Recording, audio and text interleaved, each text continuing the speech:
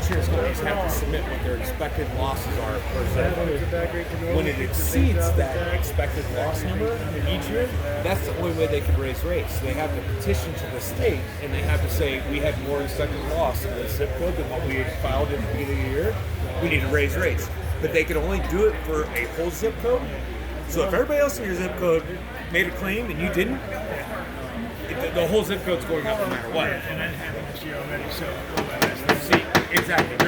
But the other thing is they cannot drop you individually because it's considered an act of God. So they would either have to drop the whole zip code, raise the rates or lower rates of the whole zip code. pissed off to me. Just replace my whole house. I had the same thing at my house, but I got hit twice with hail in 2018 on my truck.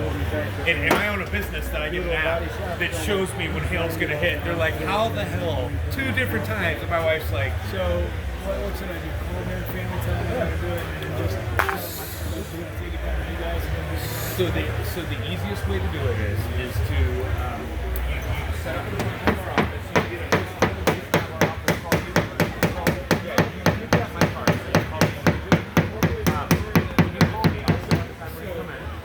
we'll do all of this.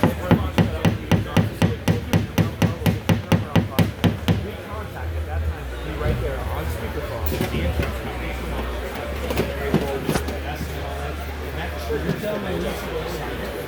We will listen to the bus for a couple hours. So come and be back if you want to. If you don't want to, you don't have to.